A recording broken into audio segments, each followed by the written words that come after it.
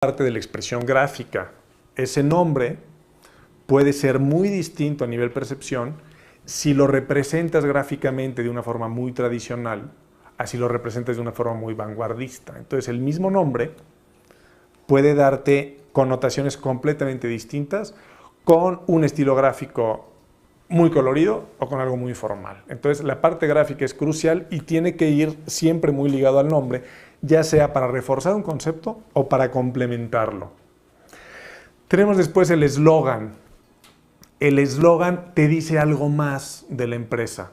El eslogan también te da un poco más de flexibilidad porque no necesariamente debe estar ligado a un concepto tan duradero como puede ser el nombre de la empresa. Un eslogan lo puedes cambiar anualmente si quisieras para estar más ligado a una campaña, a un momento histórico que está viviendo la empresa.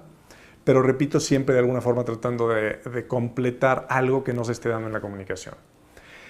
Tienes también la personalidad de la empresa, que es parte de lo que definimos nosotros. La personalidad es básicamente buscar palabras que te permitan entender la empresa de una forma analógica. Si dijeras, esta empresa es más tradicional, más versátil, más irreverente, te genera una imagen que de alguna forma puedes entender un poquito más con esas palabras. Esas palabras no necesariamente se convierten en parte del discurso de la empresa, es más una actitud, es la forma en la que los empleados recuerdan que deben tener en mente esos términos para cuando contestan el teléfono, escriben una carta, publican un anuncio, porque va a ir dando de alguna forma una genética a la comunicación.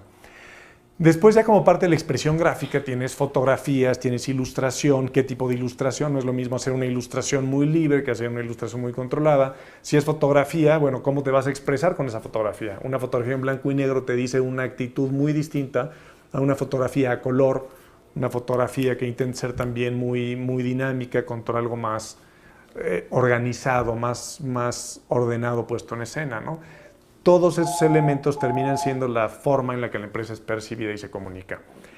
Es muy importante saber que cuando trabajamos una identidad, cada uno de estos elementos entra en juego para generar la imagen, ahora sí a nivel percepción, que la gente va a tener de esa empresa.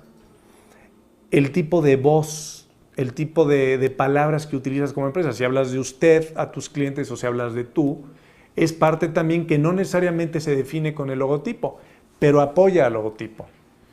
Y toda esta es la maquinaria para que la empresa tenga una forma de ser. Pasa con las personas. Tú te vistes de una manera, te cortas el pelo de una manera, actúas de una manera, hablas de una manera distinta, te mueves de una manera. Simplemente el lugar donde vives habla de ti, los productos que compras hablan de ti. Y todos esos arman el rompecabezas de quién eres tú, como ser humano a fin de cuentas. Lo mismo pasa con las empresas y todos estos elementos son herramientas que nosotros como comunicadores buscamos para que la realidad de esa empresa sea percibida de una forma congruente y sea obviamente consistente con lo que queremos decir. ¿Cuáles son las características de la imagen gráfica que tendría que manejar una identidad? Una identidad ya a nivel gráfico, también muy ligado con la respuesta anterior, tiene pues obviamente color. El color es un elemento muy importante. Piensas en Coca-Cola y es rojo, piensas en azul y es IBM, depende del contexto. Pero de alguna forma esa búsqueda de apropiarse de una gama cromática de las empresas se da todos los días, ¿no?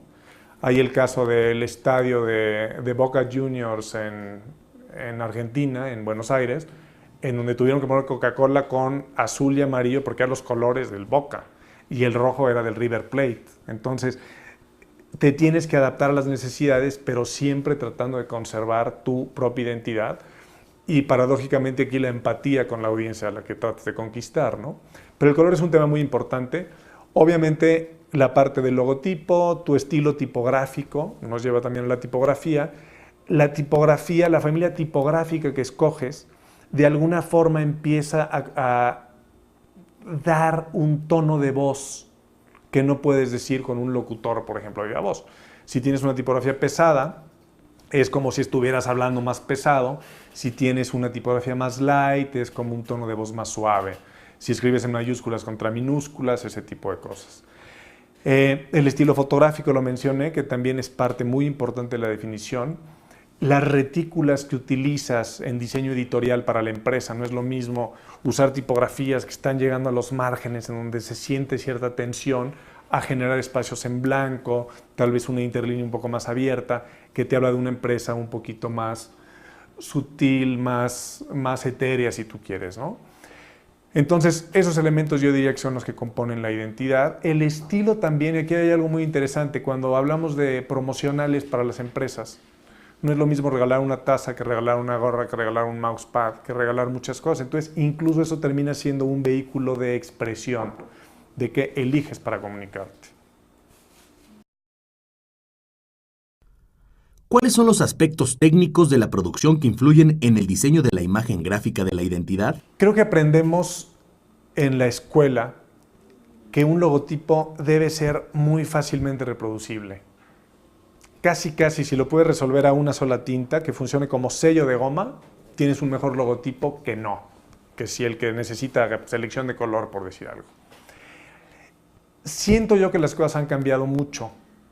Antes, cuando solamente se podía reproducir con fotomecánica, donde tenías que llegar con un cartón en blanco y negro para que una cámara pudiera reproducir eso en un papel fotográfico de alto contraste, si te metías a poner una acuarela de logotipo, te metías en un rollo que no convenía heredar a tus clientes. Por lo tanto, los logotipos históricamente eran esas plastas de color que eran fácilmente reproducibles. Tú ves hoy en día la forma en la que las empresas se comunican, incluso ves en una página patrocinada por muchas empresas, ves los logotipos y la mayoría de las firmas corporativas, de los logos, terminan siendo medios tonos continuos, volumen, incluso a veces en los coches ves que todos los logos ya intentan representar el metal del emblema que tienen en las parrillas de los coches. Eso se ha dado porque cada vez más contamos con tecnologías de vanguardia, métodos de impresión en donde tú dices print y te sale de un plotter una imagen que puede ser la Capilla Sixtina. Entonces, las empresas están descubriendo que es más importante la expresión que el control riguroso de una marca. Yo te diría, por lo tanto, que es muy importante que pongamos en la balanza el tipo de empresa para la que estás trabajando. No es lo mismo una empresa pequeña a la que tú le controlas tu identidad, en donde te puedes dar el lujo de imprimir en selección de color una papelería y darle tal vez a la identidad una animación en la página de internet, que una empresa que necesita tal vez rotular paredes en un pueblo con un solo color por cuestión de costos. A fin de cuentas, el medio de expresión va a definir el tipo de logotipo de firma que debes definir para ellos. Pero yo creo que nosotros en Ideograma somos apasionados de encontrar la mayor expresividad en la firma, porque creemos definitivamente que tu firma corporativa necesita aprovechar toda la tecnología disponible para lograr una conexión emocional con la gente. Y muchas veces esas restricciones de que debe faxear bien termina siendo algo que no logra esa conexión. ¿Existe algún vínculo entre la imagen gráfica de la identidad desarrollada y la iconósfera donde ésta surge? Definitivamente parte de la búsqueda al llegar a una idea creativa, a una marca que represente una empresa, tiene que ver con el contexto en el que se mueve, qué existe en el entorno en el que va a estar viviendo esta marca. Si te pareces a algo, automáticamente vas a ser la empresa que se parece a, depende de la visibilidad de esta otra, ¿no? Pero el mismo estilo gráfico que se va dando ligado a la respuesta anterior también. Una identidad fotográfica es más común hoy en día que hace 30 años, por ejemplo, ¿no? Entonces el ámbito gráfico va cambiando de alguna forma. Las tipografías, la tipografía de hace 30 años, pues todo lo veíamos